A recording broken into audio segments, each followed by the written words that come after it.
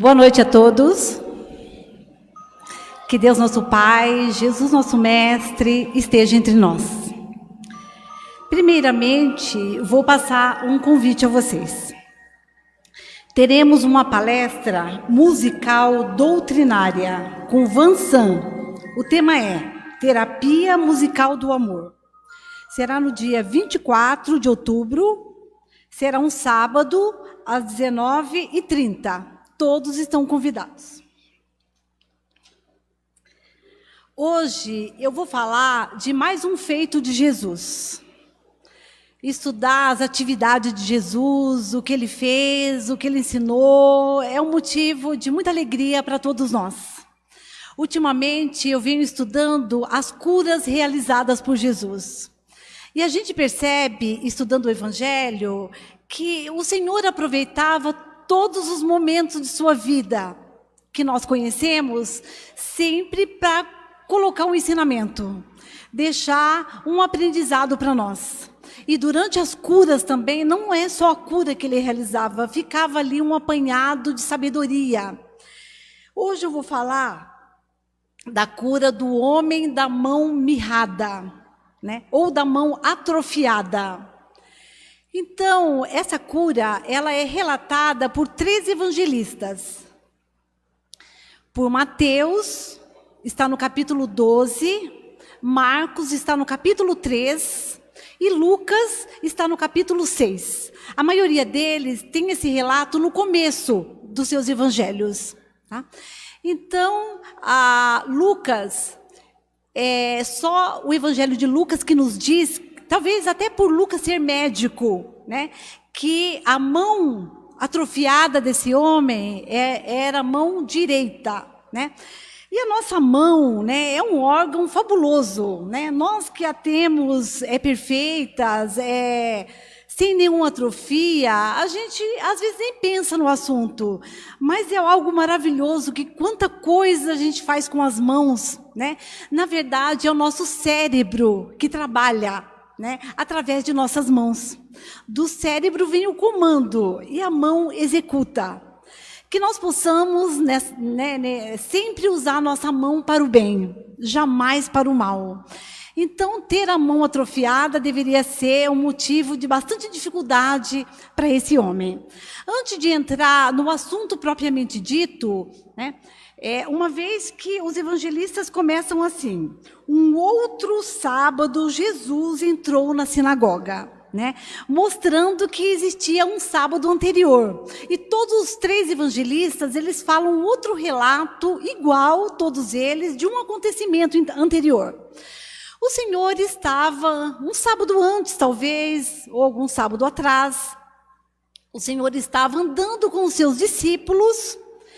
E os 3 evangelistas falam sobre isso e passaram perto de um trigal, né? Uma lavoura de trigo.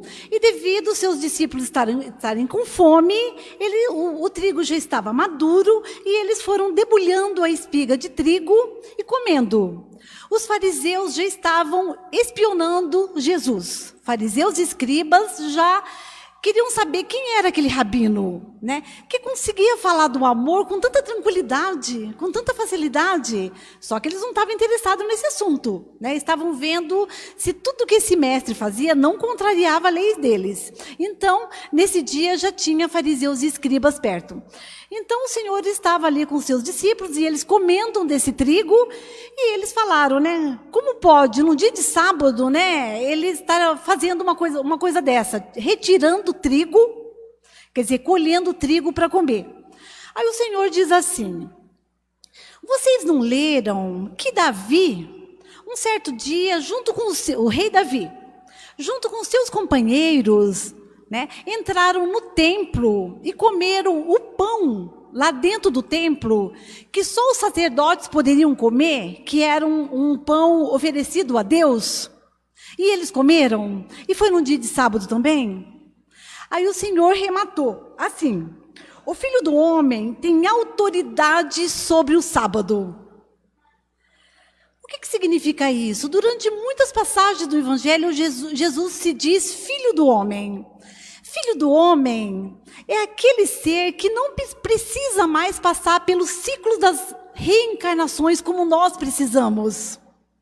Filho do homem significa seres crísticos, que já adquiriram virtudes por si mesmo, pelos seus esforços. Porque Jesus nasceu aqui uma única vez. Jesus não reencarnou, Jesus encarnou. Então, o Filho do Homem tem autoridade sobre o sábado. Quer dizer, um ser crístico como ele teria autoridade no dia desse. Porque o sábado para os judeus, ele era sagrado. Era só para louvar a Deus e mais nada. Poderia se alimentar, mas não poderia. A maior parte dos serviços que a gente faz, eles não poderiam fazer. Isso foi até necessário no passado, né? Porque não se respeitava dia nenhum. Os trabalhadores, os escravos, os animais trabalhavam todos os dias. Então foi necessário realmente criar um dia de descanso. Só que o rigor deles sobre esse dia ficou assim fora de controle. Então eles estavam sempre pegando no pé de Jesus, porque Jesus realizava as suas curas, as suas atividades no sábado. E o Senhor fazia isso também de propósito, para mostrar para ele que não precisava desse rigor. Né, que o bem poderia fazer todos os dias. Então, o Senhor já tinha contrariado eles num dia de sábado. Então, o sábado sendo sagrado, novamente, agora, o homem de mão mirrada. Primeiro eu vou falar sobre o relato, depois eu vou comentar. Então, o Senhor entrou dentro de uma sinagoga num dia de sábado, e lá estava novamente o grupo de fariseus e escribas espionando Jesus, para ver o que ele ia fazer ali. Eles não estavam interessados nos seus ensinos, não estavam interessados nos seus feitos também, totalmente fora, né, de série, porque as curas que Jesus realizou, mesmo nos dias de hoje, a medicina não consegue. Né? Uma paralisia, por exemplo, a medicina quase nada pode fazer por uma paralisia. E o Senhor realizava essas curas. Mas eles não estavam interessados nisso. Estavam interessados se o Senhor contrariava alguma lei mosaica, alguma lei deles ali. Muito embora Jesus sendo judeu também. Então eles estavam ali. E eis que o Senhor entrou nesse dia para pregar. Porque a sinagoga era tipo de uma igreja, onde no sábado tinham 3 reuniões, 3 cultos, né? Um no período da manhã, um no período da tarde e um ao entardecer. E qualquer pessoa que conhecesse a Torá, os livros de Moisés, e conhecesse também sobre os profetas, poderia ir até o púlpito e pregar. E Jesus aproveitou muito do seu tempo também indo nas sinagogas para pregar. E esse dia ele entrou para isso. Então a pessoa entrava, pegava os pergaminhos e começava a ler alguma coisa sobre os livros de Moisés e explicar. Então é para isso que Jesus entrou ali. Agora, lá tinha um homem que tinha a mão atrofiada. Não sabemos, né, se ele chegou a pedir para Jesus. Os estudiosos acham que ele chegou a pedir, clamar para Jesus, né? Que a sua mão estava naquela condição, e ele, sabendo que Jesus tinha a condição de tirá-lo dessa situação, pede. Mas os evangelistas não registram isso. Né? Agora, esse homem de mão mirrada, segundo São Jerônimo, que é um dos pais da igreja, que viveu em torno de 350, 400 e pouquinho da era cristã, traduzindo o evangelho de uma língua para outra, ele nos relata que o homem de mão mirrada era um pedreiro, especializado em reboco, estuque. Imagina um pedreiro com a mão atrofiada. Como que, né, é uma atividade que não tem jeito, tem que ser com as mãos mesmo. Então isso aí devia ser motivo de muita tristeza, né, para esse homem ter a mão nessa condição. Então, não sabemos se esse homem clama para Jesus. Só sabemos que o Senhor chama esse homem, fala assim para ele, em voz imperativa, né? Levanta-se, fica em pé e vem para o meio.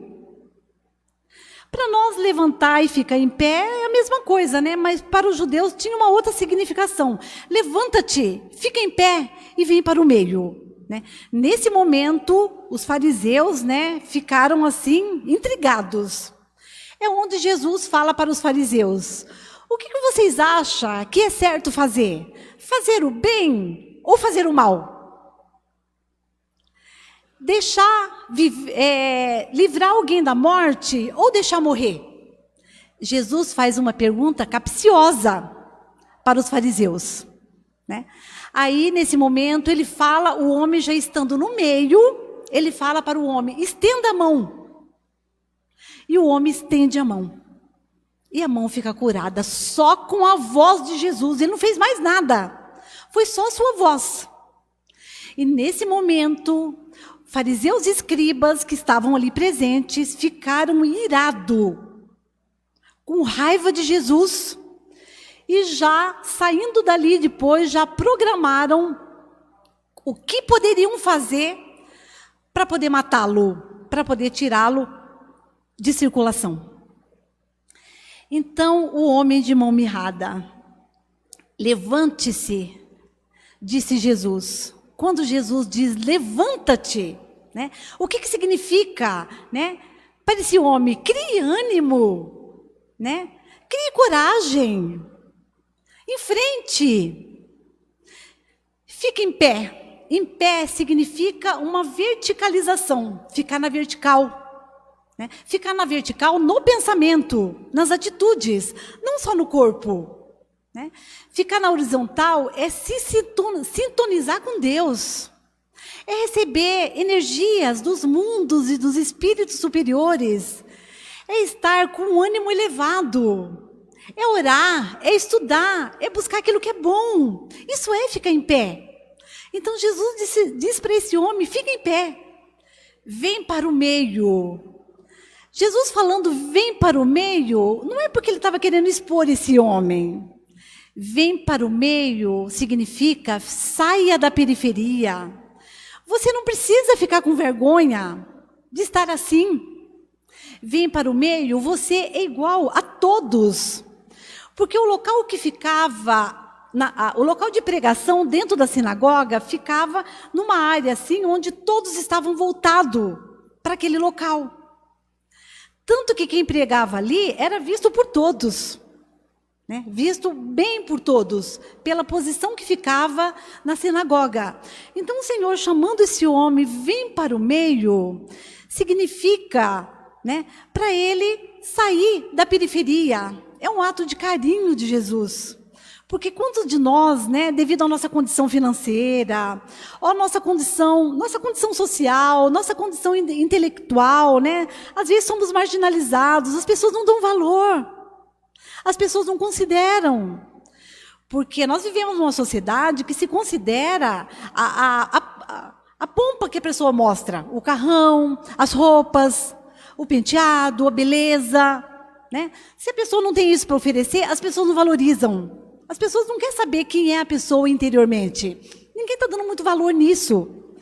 Então imagina nessa época, um homem que não podia trabalhar, que tinha a mão naquela condição. Então vem para o meio, é um ato de carinho para Jesus. Isto é, você não precisa se esconder por causa disso. Você é igual a todos. Então nesse momento, imagina o magnetismo que saiu de Jesus. Jesus conseguiu essa cura só pela fala. Só de falar, estende a sua mão. Jesus não fez nada. Então imagina as energias que saíram do mestre, que foram conjugadas com as energias desse homem também. Energias que conseguiram fazer nervos atrofiados, músculos enrijecidos que já não tinha movimento mais, tendões atrofiados. Imagina tudo isso, a medicina do momento não consegue. Uma mão que já está nessa condição pode até dar uma melhorada, mas não consegue tirar dessa condição. Imagina que magnetismo, né? Espíritos elevados que têm a visão espiritual apurada, que consegue ver, imagina ver a transformação. As células que até então paradas começam a reagir e a mão fica curada na hora. Deve ser uma coisa espetacular para quem viu isso. Então, e os fariseus que estavam ali? Nem deram bola para isso. Não estavam interessados nisso aí. estavam interessados no cumprimento da lei, uma coisa fora, externa. Eles nem ligavam para o interior. E quando Jesus faz a pergunta, qual que é mais certo, fazer o bem ou fazer o mal? Deixar viver ou deixar alguém morrer? É uma pergunta que, se eles falassem que sim, o certo realmente era fazer o bem, era livrar a pessoa da morte no dia de sábado, eles iriam a favor de Jesus, e eles não queriam. Então, não falaram sim. Eles não iam ficar, porque o orgulho deles era muito grande. Né? E quando o nosso orgulho é grande, a gente não reconhece o que tem de bom no outro. O nosso orgulho não deixa.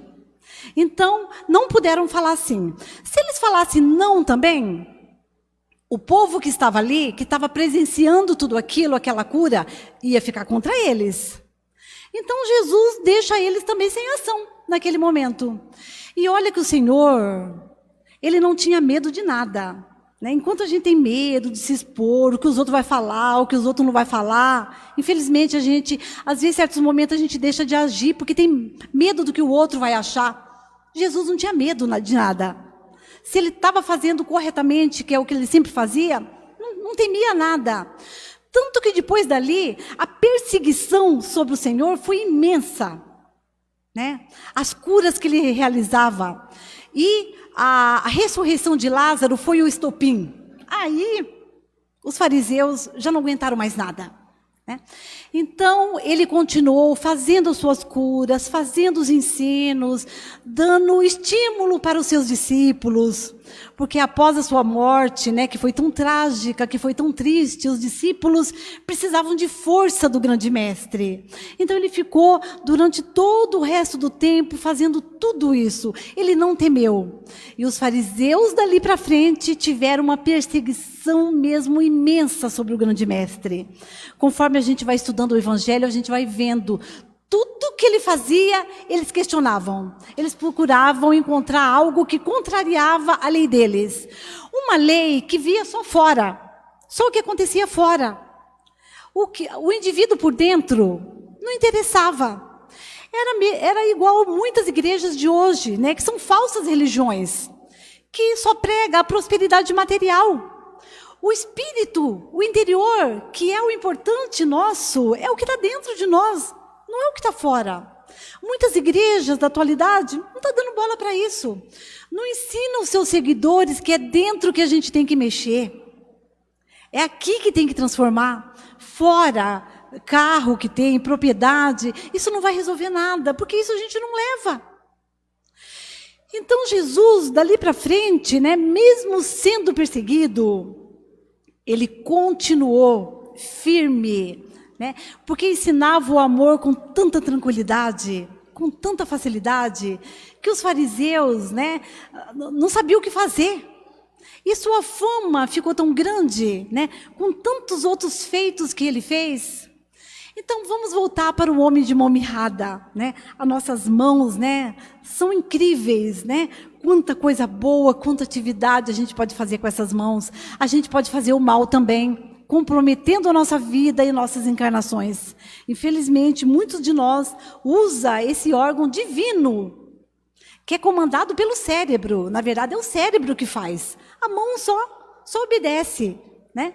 Então, que nós possamos usar nossa mão só para o bem, só para o trabalho, só para limpar o ambiente, cuidar de onde nós estamos, porque o Senhor valorizou esse órgão, curando o homem de mão mirrada. Eu agradeço aí a atenção de todos e vou fazer uma pequena prece para o encerramento da minha fala. Obrigado, Senhor, por mais essa oportunidade. E que nós, Senhor, não temos a nossa mão mirrada, mas, infelizmente, em muitos momentos temos a nossa mente, o nosso querer atrofiado. Que nós possamos, Senhor, também desatrofiar a nossa mente e a nossa vontade e nos sintonizar com o amor de Deus. Que assim seja. Graças a Deus.